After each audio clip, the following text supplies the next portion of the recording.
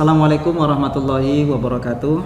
Assalamualaikum. Bismillah, alhamdulillah, wassalatu ala rasulillah, la hawla wa la quwata illa billah, amma ba'd. Alhamdulillah, pada kesempatan kali ini kita masih diberikan kesehatan oleh Allah Subhanahu wa taala untuk melanjutkan kajian kita dalam acara Karomah, kajian Ramadan penuh barokah, Ramadanku penuh makna. Alhamdulillah, pada saat ini saya bersama dengan Ustadz Muhammad Sofyan Hadi, Magister Pendidikan Islam. Gimana kabarnya Ustadz? Alhamdulillah sehat. Assalamualaikum Ustadz. Assalamualaikum warahmatullahi wabarakatuh. Begini Ustadz, alhamdulillah sudah berapa pertemuan kita ini pertanyaan terus mengalir ini Ustadz ya. Jadi kita Barokah. coba barokah, bener-bener penuh barokah ini. Acara Karomah ini sudah banyak direspon dari berbagai pihak, tidak hanya SMK Negeri 5 saja. Terutama ada permasalahan mengenai hal-hal yang atau orang-orang siapa saja sebenarnya Ustadz ini yang boleh membatalkan puasa, mungkin karena dalam keadaan darurat, kemudian ketentuan-ketentuannya setelah dia membatalkan itu seperti apa, karena sekarang ini sudah banyak orang yang mulai tabur pergian atau gimana, alasannya capek.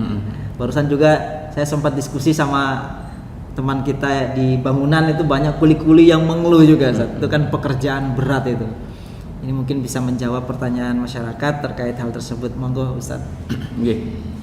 Terima kasih. Assalamualaikum warahmatullahi wabarakatuh. Pemirsa TV 5 MDI, rahimakumullah. Alhamdulillah kita bisa berjumpa kembali sesuai yang disampaikan oleh Ustadz Fitrah tadi. Mungkin kita bisa melandaskan pertanyaan itu nanti pada firman Allah di Quran. Allah itu menghendaki kemudahan, bukan kesulitan. Sebagaimana firman Allah, a'udzubillahi minasyaitonir rajim, innallaha yuridu bikumul yusra wa la yuridu bikumul usra. Kan begitu Ustaz? Ya. Artinya agama ini mendidik kita untuk jadi orang yang jangan suka mempersulit sesuatu. Kalau kita menjadi pengambil keputusan, menjadi penanggung jawab sesuatu, selama itu ada hal yang mudah bisa dilakukan, maka kita harus memberikan pilihan yang mudah, termasuk kita menjadi atasan. Misalnya kasus tadi, ada seseorang yang mengeluh merasa berat untuk berpuasa. Memang di Quran itu kan Allah memberi dispensasi. Faman kana minkum maridon aw ala safarin fa'iddatum min ayyamin ukhra, kan begitu. Terus lanjut lagi, wa 'alal ladzina yutiqunahu fidyatun ta'am miskin, dan seterusnya itu. Artinya apa? Ada memang golongan-golongan itu yang memang diperbolehkan untuk tidak melaksanakan puasa di hari itu, di bulan Ramadan itu, dengan ketentuan-ketentuan tertentu jelasnya itu. Misalnya orang yang sakit seperti apa? Memang di Quran tidak diperjelas sakitnya seperti apa. Kalau kita membaca kitab fikih memang ada penjelasan lebih detail untuk sakit itu. Ada yang mengatakan, ulama mengatakan sakit yang diperbolehkan orang itu bertayamum, kan begitu. Tapi kalau kita mengambil itu juga kita susah. Yang diperbolehkan tayamum seperti apa? Misalnya, sakitnya sakit berat, sakit jantung, sakit katakan apa liver, itu orang wudu masih bisa, padahal itu sakit keras juga. Justru mungkin orang habis jatuh lecet itu malah tidak bisa tayamum. Apakah itu juga sakit berat kan? Akhirnya ulama tafsir mengatakan sakit itu dikembalikan pada nuraninya masing-masing. Silakan kamu ukur pada nuranimu. Sakitmu itu menjadikan kamu berat tidak untuk berpuasa. Yang paling tahu kan yang sing lakoni, sing lakoni. Kita tidak usah ngukur orang lain dan sebagainya. Allah Maha tahu itu. Sama dengan kemudian ala safarin tadi, orang yang melakukan safar. Memang dalam fikih dikatakan safar yang diperbolehkan tidak berpuasa itu safar yang sekiranya diizinkan orang itu mengqashar sholat. Mengqashar sholat. Kalau kita lihat kitab fikih kan jaraknya 2 marhalah itu. Sekarang juga jadi pertanyaan. Surabaya Malang katanya sudah mencapai 2 marhalah. Apalagi kalau Surabaya Jakarta yang sekitar 100 kilo. Tetapi kalau ke Malang kita naik becak atau mengayu becak, mengayu sepeda mungkin itu capek. Tetapi kalau ke Jakarta naik pesawat hanya 1 jam tidak ada capek. Ini mana yang masuk kategori perjalanan yang boleh kan begitu. Hanya kan dikembalikan pada nurani masing-masing. Kamu mengalami masyakoh atau tidak dalam safar itu kan seperti itu. Memang secara formal hukum fikih seperti itu. Nah, kemudian kan ditarik lagi mungkin orang yang bekerja sekarang. Orang yang bekerja kesulitan untuk menjalankan puasa karena mungkin di bawah terik matahari yang panas. Beban yang berat, dia dehidrasi atau mungkin kuli panggul di pelabuhan-pelabuhan itu dan sebagainya. Ulama-ulama fikih menggariskan kalau memang pekerjaan itu sifatnya doruri, kemudian tidak bisa diwakilkan, tidak bisa digeser waktunya, harus saat itu dilaksanakan, maka kebutuhan stamina, energi, kalau berpuasa dia tidak bisa melakukan itu, boleh dia meninggalkan puasanya hari itu, tetapi dengan konsekuensi dia harus mengqadha di hari yang lain. Yang kedua, wajib hukumnya bagi orang itu tetap memasang niat atau tabyid niatnya di malam hari. Jadi tidak boleh kemudian dia memang sudah diniati untuk tidak puasa untuk besok hari, tidak boleh. Tetap dia memasang niat untuk puasa besok. Perkara besok kemudian dia di tengah-tengah puasanya itu ternyata dia tidak mampu, tidak kuat, harus membatalkan puasanya, sudah maksimal usahanya, dia boleh membatalkan puasanya. Ada bedanya Ustaz? Yang memang nggak niat, sudah janjian dulu sama diri sendiri, kayaknya saya nggak kuat hendak puasa dari malam, udah diniati, dengan yang niat kemudian dibatal tengah jalan, konsekuensinya apa Ustaz? Artinya orang yang berniat puasa di malam hari itu dia sudah berniat untuk taat kepada Allah, artinya begitu. Tetapi kalau dia tidak ada niat untuk taat kepada Allah, dia sudah mengukur dirinya, saya tidak usah puasa lah, saya mungkin besok ya tidak akan kuat dan sebagainya. Tidak ada ikhtiar di situ, tidak ada ikhtiar. Ini kategori maksiat, berarti kategori maksiat. Yang jelas kan dia ada kewajiban dari Allah itu, dia harus mencobanya semaksimal mungkin. Karena itu tadi patokannya ya la yukallifullahu nafsan illa wus'aha. Tetapi tidak boleh kemudian orang sudah belum berjuang dia mengukur dirinya tidak mampu. Karena jelas di Quran mengatakan kewajiban puasa ini kama kutiba 'alal ladzina min qablikum, sudah diwajibkan, dibebankan pada orang-orang jauh sebelum kita. Jadi kita tidak ada alasan kita tidak mampu, kita tidak bisa. Sebelum kita bisa kok. Dan mereka juga sudah bekerja keras seperti zaman kita sama artinya. Bahkan kayaknya lebih sulit zaman dulu. Zaman dulu lebih parah lagi. Transportasi, teknologi juga lebih mudah sekarang. Lebih mudah sekarang teknologi. Iya. Kerjanya sebenarnya lebih simpel. Betul. Jadi kalau dikatakan musafir naik unta di zaman Rasulullah dengan sekarang naik pesawat, itu alat ukur. Jauh lah, jauh. Lebih ringan sekarang. Jadi lebih ringan sekarang. Jadi seperti itu ya Ustaz. Berarti kayaknya ada titik berbeda ini Ustaz. Tidak boleh puasa dengan yang boleh tidak puasa ini betul. Kayaknya konsepnya mirip-mirip tapi banyak orang salah paham kan ini. Iya. Kalau tidak boleh puasa itu artinya kan diharamkan berpuasa. Haram berarti. Ya, itu perempuan yang haid, yang nifas, memang haram berpuasa.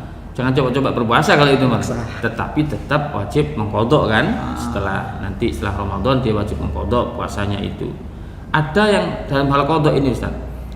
Ada seseorang itu yang kemudian wajib hanya mengqadha. Misalnya tadi itu perempuan yang haid, yang nifas, atau pekerja keras yang tidak mampu berpuasa di hari itu, dia wajib mengqadha di hari yang lain. Ada yang wajib fidyah saja. Wa 'alal ladzina yutiquna fidyatun tadi itu. Seorang yang sudah lansia ya, artinya sudah lanjut usia, dia sudah tidak mampu berpuasa, tidak kuat, atau orang sakit yang menurut analisis medis itu sudah tidak bisa diharapkan kesembuhannya, sakitnya parah sekali. Itu disuruh mengqadha, kapan qadhanya kan tidak mungkin. Maka dia dikeluarkan fidyahnya. Nah, fidyah ini kan satu mud ya, kalau ukuran kilo ya sekitar 6,7 ons. Ya dikeluarkan aja lah 7 ons untuk satu hari puasa. Nah, ada juga yang wajib qadha dan wajib fidyah, dua-duanya. Yaitu orang yang meninggalkan puasa, membatalkan puasa karena khawatir terhadap orang lain. Misalnya seorang ibu yang menyusui anaknya, seorang ibu yang hamil, dia sebenarnya kuat berpuasa, tetapi dia khawatir terhadap janinnya, khawatir terhadap bayinya, nanti ada apa-apa, maka dia kemudian tidak puasa. Itu wajib qadha plus wajib fidyah, qadha dan fidyah. Atau seorang laki-laki yang dalam perjalanan dia menemukan orang yang mau tenggelam misalnya di sungai, kalau nggak ditolong bisa meninggal. Kalau ditolong dia otomatis akan batal puasanya karena masuk ke air tadi. Ya. batalnya orang itu wajib qadha plus wajib fidyah. Karena dia membatalkan puasa karena mengkhawatirkan orang lain tadi. Oh gitu. Nggih. Berarti hampir sama dengan orang yang ini ya. Tidak sama dengan orang yang dari awal malamnya tidak niat puasa ya. Oh, beda. Beda itu. Itu memang pembangkangan gitu. Pembangkangan. Dari awal. Ya. Sudah. Diniati tidak puasa itu. Okay. Apalagi orang mengatakan apalagi orang tidak mau puasa karena merasa ditipu orang Arab, itu malah bahaya. Itu. Ya, jadi begitu pemirsa sekalian TV 5 MDI di mana saja berada. Luar biasa, ini salah satu solusi kita dalam menjalankan ibadah puasa dengan pembekalan keilmuan, menjadikan kita tidak was-was, dan yang terpenting tidak menjadikan diri kita menjadi umat yang bangkang dalam kewajiban yang telah diberikan oleh Allah. Jadi tadi kata kuncinya ada kategori yang mungkin kita perlu dalami lagi di lain waktu. Ada kategori orang yang memang tidak boleh berpuasa, ada kategori orang yang memang boleh tidak berpuasa. Ini saya kira tadi kata kuncinya dua ini dua hal yang berbeda ya, dua hal yang berbeda. Jadi mudah-mudahan bulan puasa ini dengan ilmu yang telah kita dapatkan barusan menjadi jalan kita mendapatkan rahmat dan qabulnya ibadah puasa kita. Amin. Hingga akhir Ramadan ini. Baik, terima kasih Ustadz Safyan Hadi atas kesempatannya, mudah-mudahan bermanfaat, sehat selalu. Pemirsa TV 5 yang dirahmati Allah, kita tutup majelis penuh barokah ini dengan bacaan doa kafaratul majelis bersama-sama. Bismillahirrahmanirrahim. Subhanakallahumma wa bihamdika asyhadu an la ilaha illa anta astaghfiruka wa atubu ilaik. Saya Muhammad Alfitr Arufa undur diri. Mohon maaf. Wallahu muwaffiq ila aqwamit thoriq. Wassalamualaikum warahmatullahi wabarakatuh. Waalaikumsalam. Assalamualaikum warahmatullahi wabarakatuh. Bismillah, alhamdulillah, wassalatu ala rasulillah, la haula wa la quwata illa billah, amma ba'd. Hadirin pemirsa TV 5 Masjid Darul Ilmi SMK Negeri 5 Surabaya di mana saja berada. Mudah-mudahan pada hari ini, di kesempatan kali ini, semua kita yang hadir di tempat ini ataupun yang pemirsa yang menyaksikan di channel kesayangan kita ini senantiasa mendapatkan perlindungan oleh Allah Subhanahu wa taala dan senantiasa diberikan nikmat untuk pandai bersyukur atas nikmat-nikmat Allah Subhanahu wa taala. Sebelum kita mulai kajian pada sore hari ini, wajib rasanya kita mengaturkan rasa syukur kita kepada Allah Subhanahu wa taala atas segala nikmat yang Allah berikan, sehingga pada kesempatan ini kita masih diberi kekuatan dan kesehatan untuk dapat mendengarkan berbagai macam informasi yang disampaikan langsung nanti oleh narasumber. Salawat dan salam mudah-mudahan tetap tercurah limpahkan kepada kekasih kita Nabiullah Muhammad sallallahu alaihi wasallam beriring lafaz Allahumma shalli ala sayyidina Muhammad. Pemirsa yang dirahmati oleh Allah Subhanahu wa taala, saya saat ini bersama dengan Ustadz Muhammad Sofyan Hadi, Magister Pendidikan Islam. Assalamualaikum Ustadz. Assalamualaikum warahmatullahi wabarakatuh. Tambah segar aja Ustadz. Alhamdulillah. Apa ini kesibukannya gimana Ustadz sekarang? Alhamdulillah, ini minggu-minggu ini kita sibuk menyelesaikan proses pembangunan masjid Ustadz. Ini kan sedang ada Masjid Darul Ilmi sekolah ya?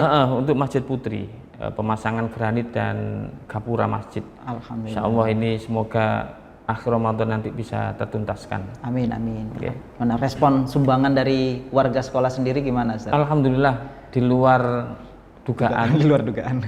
Alhamdulillah. Rezekinya masjid luar biasa melimpah di bulan Ramadan ini, baik dari teman-teman guru, anak-anak kita yang alumni, bahkan yang masih aktif, orang tuanya, bahkan dari jamaah dari luar juga ada yang alhamdulillah mendonasikan rezekinya untuk masjid. Alhamdulillah. Mudah-mudahan para donatur dermawan sekalian yang sudah menyisihkan rezekinya, hartanya untuk pembangunan masjid senantiasa dijadikan dengan harta yang melimpah berkah dan manfaat, terutama halalan thayyibah tentunya. Mudah-mudahan bisa tetap istiqomah dalam kebaikan-kebaikan seperti hal tersebut. Bagi pemirsa TV 5 MDI di mana saja berada yang juga berkeinginan, kami juga mewakili pihak takmir masjid mengetuk hati para pemirsa sekalian, bagi yang berkeinginan untuk mendonasikan sebagian hartanya di jalan Allah dalam hal pembangunan masjid. Saat ini Masjid Darul Ilmi ternyata sedang membutuhkan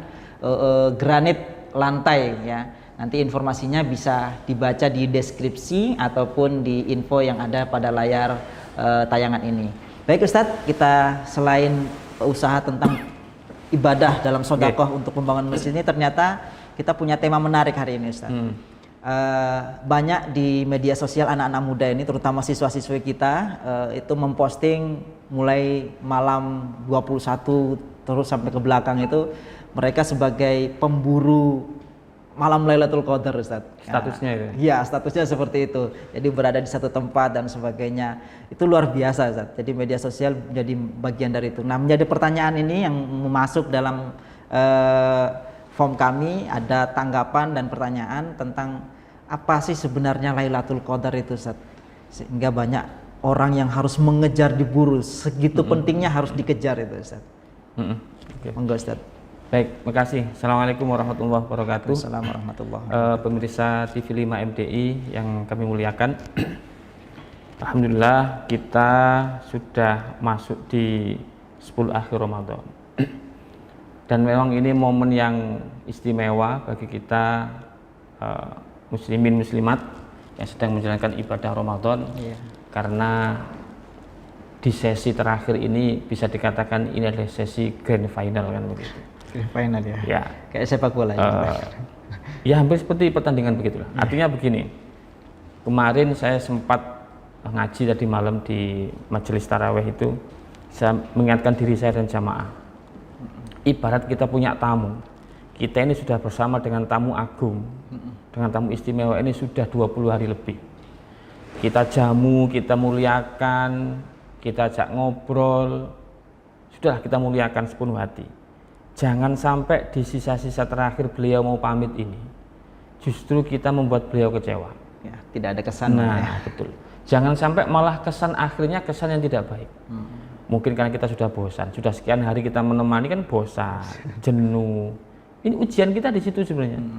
Ya kalau dengan Ramadan mungkin kita sudah mulai berpindah ke lain hati. Hatinya sudah ke mall mungkin begitu. Sudah kena diskon dan sebagainya. Akhirnya mungkin sekedar ya sekali-sekali enggak taraweh lah, sekali-sekali enggak jamaah dan sebagainya. Ya monggo kalau mungkin enggak bisa taraweh berjamaah di masjid tepat isya itu, tapi nanti digantilah tarawehnya di rumah. Jangan kemudian habis bukber sama teman-teman, rata-rata bukber itu kan selesainya nyampe rumah kan malam itu setelah isya, terus kemudian ndak sholat karena masjid sudah bubar. Iya, dipikir kayak gasok terawih gitu. Tapi tetap terawih, harapannya kan begitu.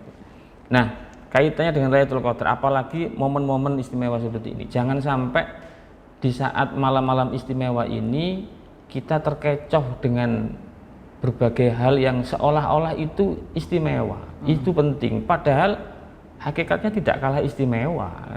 Ya semacam itu tadi, contohnya hal yang seperti itu.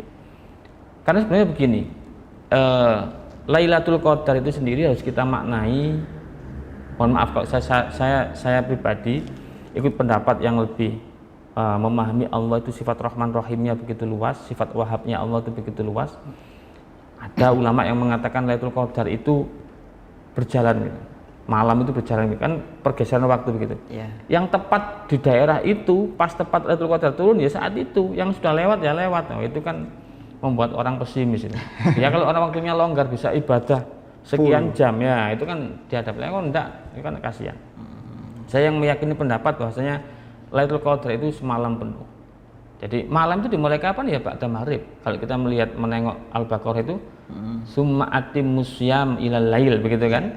Sempurnakan puasamu sampai malam. Malam itu kapan ya? Maghrib itu kan, berarti awal malam. Kemudian di surat Al-Qadar mengatakan salamun hiya hatta matla'il fajr. Nah, malamnya itu Lailatul Qadar itu berjalan ketika malam sampai kapan? Matla'il fajr, akhirnya sampai subuh. Maka malam itu mulai maghrib sampai subuh. Siapa yang beribadah pada malam itu dia akan mendapatkan fadl dari Allah, minimal ibadahnya itu akan mendapat reward minimal itu sama dengan 84 tahun itu. 1000 bulan, kan begitu kan? Iya, iya. Karena redaksinya jelas khairum min alfi syahrin. Bukan ka alfi syahrin, tetapi khairum min alfi syahrin. Lebih baik, maka minimalnya itu 1000 bulan. Maksimalnya Allah alam, Allah yang akan mengganjar, tidak tahu. Mungkin bisa jadi tidak terukur itu. Nilai lipatannya itu. Berarti kalau ada ibadah di malam hari misalnya sholat 2 rakaat misalnya, sholat apa saja sunnah misalnya, berarti itu sebanding dengan mengerjakan sholat itu sepanjang 1000 bulan itu. 1000 bulan, betul. Itu logikanya seperti itu. Itu minimal, Kalau ibadahnya itu artinya qabul ya, diridhoi Allah, diterima oleh Allah. Makanya sebenarnya kuncinya berburu Lailatul Qadar, kuncinya tetap adalah ilmu sebenarnya. Tanpa ilmu kita tidak akan tahu, tidak bisa membedakan ini ibadah atau tidak. Kemudian baru di tahapan ikhlas. Kalau sudah ada ilmunya kita belajar untuk ikhlas. Nah itu menarik itu Ustaz. Di situ. Jadi saya juga pernah dengar itu Ustaz. Jadi ada orang itu mendalami tasawufnya dulu, sementara fikihnya enggak. Padahal untuk bisa, misalnya tasawuf kan masuk kategori ikhlas misalnya, contoh ikhlasnya. Untuk bisa ikhlas untuk sodako itu fikih. Hartanya halal haram dulu. Jadi sebenarnya kekuatan fikih itu dibutuhkan di awal sebelum selanjutnya tingkat menjadi tingkat pintunya, ya, menjadi pintunya. Betul. Ya. Jadi harus diilmuni juga Lailatul Qadar itu. Betul. Nah, berarti ini kita butuh ilmunya ini sekarang ya hadirin ya. Ilmunya supaya menjalankan Lailatul Qadar itu seperti apa, dan kira-kira statement di masyarakat itu apa sudah sama dengan ketentuan agama Lailatul Qadar itu mulai selama Ramadan itu berada pada titik mana saat hari-harinya dan sebagainya. Ya, memang jadi perbincangan sekarang. Sempat kemarin saya juga menyampaikan kan ketika ada orang bertanya, saya bingung Ustaz. Ada orang pendapat mengatakan Al-Qur'anul Karim itu diturunkan Allah tanggal 17 Ramadan, ya kan? Dan itu Quran turun itu Lailatul Qadar. Inna anzalnahu fi Lailatul Qadar, kan begitu. Malam Qadar Quran turun. Dan itu tanggal 17 Ramadan, pendapat yang masyhur. Tetapi sekarang kita itu dimotivasi, ditekankan, dan banyak riwayat mengatakan kita disuruh lebih fokus untuk ibadah di akhir Ramadan, meraih Lailatul Qadar itu di 10 akhir Ramadan, malam-malam ganjil 10 akhir Ramadan. Ini kan orang menjadi bingung, 17 Ramadannya atau yang malam-malam 10 terakhir itu. Dan sebagainya. Jadi sebenarnya begini, Lailatul Qadar itu rahasia dari rahasia Allah. Kapan Lailatul Qadar itu turun, kita tidak bisa mendikte Allah, kan begitu. Tidak bisa mendikte Allah. Kalau kita sandarkan pada Quran turun itu tidak hanya pada satu tanggal. Ya, betul. Berangsur-angsur sekian tahun itu bisa jadi malah di luar bulan Ramadan juga banyak, ya kan? Bahkan ayat yang terkenal Al-Maidah, Al-Yauma akmaltu lakum itu di saat Arafah kan, hari Arafah. Dzulhijjah berarti kan itu. Berarti di luar Ramadan dan sebagainya. Artinya apa? Malam Qadar yang ada di dalam bulan Ramadan ini adalah peruntukan yang secara umum lah, secara umum. Dan itu diperuntukkan bagi orang-orang yang sebagai reward orang-orang yang menjalankan ibadah Ramadan ini. Ibadah Ramadan ini. Maka sebaiknya kalau kita ingin mendapat kemuliaan Allah di bulan Ramadan ini, kita jangan pilih-pilih lah. Ibarat orang mencari ikan, menebar jaring. Paling efektif, paling aman dari ujung ke ujung tebar jaring. Itu logikanya pasti dapat ikan. Mulai 1 Ramadan sampai akhir Ramadan tebar. Ibadah istiqomah. Yakin, kemudian kita rojak, kita berharap pada Allah, saya yakin pasti di antara salah satunya kita mendapati malam Lailatul Qadar. Kayak kita sama-sama tidak tahu. Nah, tetapi memang ada riwayat di akhir-akhir itu Rasulullah itu memang lebih kuat untuk iktikafnya, untuk ibadahnya di 10 akhir Ramadan. Itu ulama yang kemudian memahami bahwasanya Lailatul Qadar itu turun di Ramadan. Ya monggo, saya juga tidak menentang pendapat itu. Artinya saya juga mengiyakan di malam-malam ganjil 10 akhir Ramadan itu. Monggo bisa malam 21, 23, 25 sampai 29 kita berupaya optimal. Kita motivasi diri saja. Seandainya tepat malam itu kita ibadah, maka itu sama dengan kita ibadah sekian bulan. Yang kedua yang ingin saya sampaikan, jangan sampai kita itu salah beribadah tanpa ilmu tadi. Seperti saya pesankan pada anak-anak, pada murid-murid kita, jangan sampai kalian itu merusak ibadah. Artinya berburu Lailatul Qadar, keluar rumah, tetapi kemudian itu nyuwun sewu bermaksiat. Berburu Lailatul Qadar, tetapi dengan siapa gitu kan? Nah itu kan Itu Lailatul Modar, Ustaz. yang kemudian Lailatul Modar. jangan sampai seperti itu ya. Na'udzubillah min dzalik. Oke, baik Ustaz. Terkait waktunya mungkin sudah diserangkan tadi. Ini banyak informasi juga dari penonton TV5, tanda-tandanya itu Ustaz. Kadang orang itu sibuk mencari tanda tapi ternyata tandanya sudah sebenarnya apa penting tanda-tanda itu bagi kita Ustaz? Tanda-tanda Lailatul Qadar.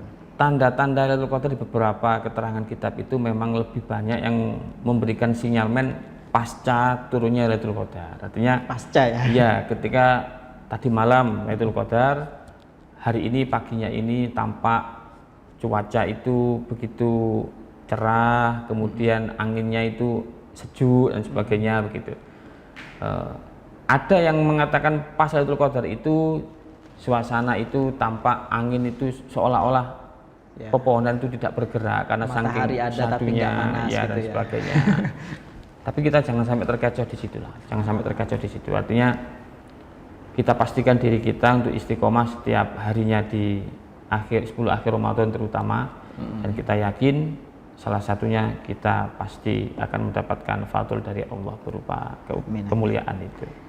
Oke, baik Ustadz, ini terakhir sebelum penutup, ternyata setelah saya mendengarkan ada beberapa hal penting yang tersirat tiba-tiba muncul, seolah-olah Allah menurunkan kasih sayangnya kepada umat Rasulullah seperti Ya, itu. betul, Karena betul. di umat-umat sebelum Rasulullah kan itu umurnya panjang-panjang sekali Ustadz. Betul, Apa betul. seperti itu? Gitu? Iya, betul. Ada keterangan dalam sebuah riwayat itu mengatakan umatnya Rasulullah itu memang secara umur ya, secara umurnya umatnya Rasulullah ini tidak sepanjang umat-umat Nabi yang lain. Tetapi kata Allah, jangan kira umatnya Muhammad itu kualitas ibadahnya kalah dengan nabi-nabi sebelumnya. Karena Allah memberikan fadl, ada ibadah-ibadah umatnya Rasulullah ini yang nilainya itu pelipat gandaannya itu tidak terjadi pada umat-umat Nabi sebelumnya. Contohnya Lailatul Qadar ini, dan itu tidak ada di umat-umat sebelumnya, tidak ada. Bayangkan kalau kita punya umur, kita ketemu Lailatul Qadar itu 10 kali ya. Sudah 840 tahun, kan begitu. Ngalah-ngalahin Nabi Nuh gitu. Kalau 10 tahun saja, begitu. Kalau kita 20 tahun, 30 tahun kita bisa menjaga keistiqomahan kita di bulan Ramadan, kan luar biasa sekali. Itu hanya Lailatul Qadar. Belum ibadah-ibadah pelipat gandaan yang lain, seperti kita sholat jamaah, ya kan? Qobliyah. Sholat ya. Banyak sekali lah ini, banyak sekali. Luar biasa. Jadi ini betul-betul rahmatnya Allah itu Qadar ini. Maka kita itu tadi, jangan sampai rahmat ini kita ambil, kita tangkap dengan syahwat yang tidak terukur ilmunya itu. Kita anggap ini adalah rahmatnya Allah yang harus kita tangkap sebagai bentuk kasih sayang Allah. Nah, kita harus bersyukur betul. Intinya begitu. Oke, terima kasih Ustaz Sofyan Hadi. Alhamdulillah pemirsa, keterangan terakhir tadi sekaligus menutup perjumpaan kita pada sore hari ini dan sekaligus mengantarkan kita untuk persiapan berbuka puasa. Mudah-mudahan setelah berbuka puasa ini udah masuk malam berarti Ustaz. Masih ada kesempatan untuk kita memperbaiki kualitas qiyamul lail kita dalam bentuk ibadah apa saja, baik tadarus ataupun sholat ataupun ibadah yang lainnya, yang tentu niatnya kita khususkan semata-mata karena Allah Subhanahu wa taala. Sekian dari kami, mohon maaf apabila ada kekurangan. Saya mewakili kru TV5 yang ada pada hari ini mengucapkan terima kasih. Selamat berbuka puasa. Wallahu muwaffiq ila aqwamit thoriq. Wassalamualaikum warahmatullahi wabarakatuh.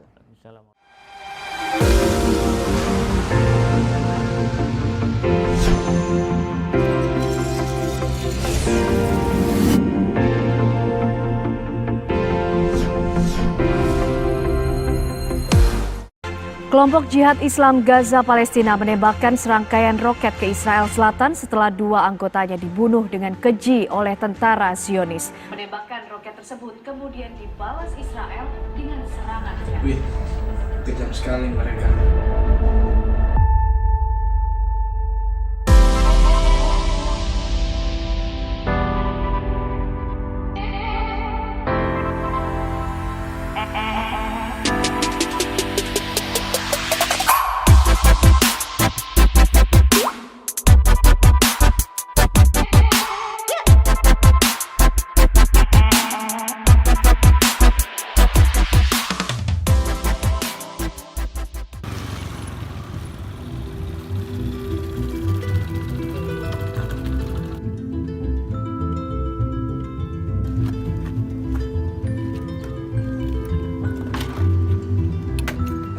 Astagfirullah, kenapa lagi sepedaku ini?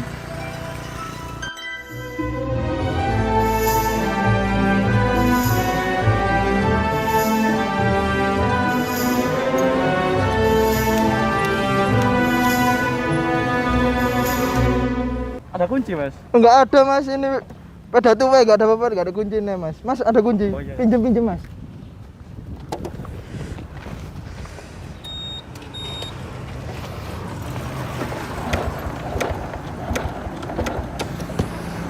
Kenapa sih kok bisa-bisa nih? Ya Allah, ya Allah. Normal. Nah. Coba ya, Mas ya.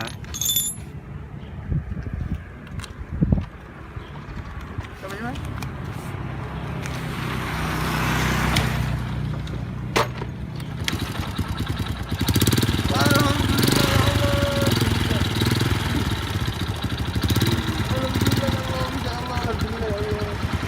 Makasih, Mas.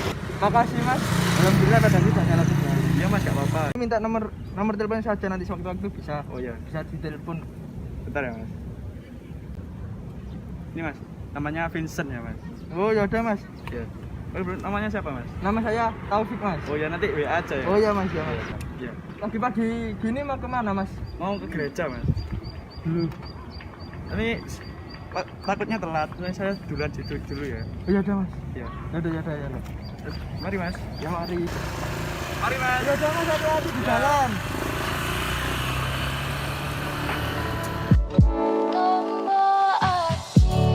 Ternyata pemikiranku selama ini salah. Aku menganggap bahwa mereka yang beragama selain Islam itu tak memiliki rasa kemanusiaan. Padahal di dalam agama Islam sendiri telah diajarkan untuk tolong-menolong dalam hal kebaikan tanpa memandang agama orang tersebut.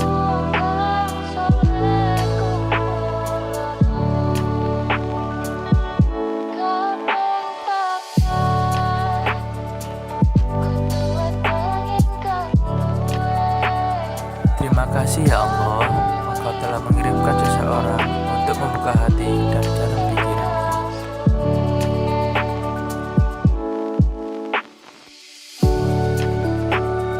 Seiring berjalannya waktu, kita pun terbiasa oleh keadaan hingga menjadikannya sebagai teman baikku.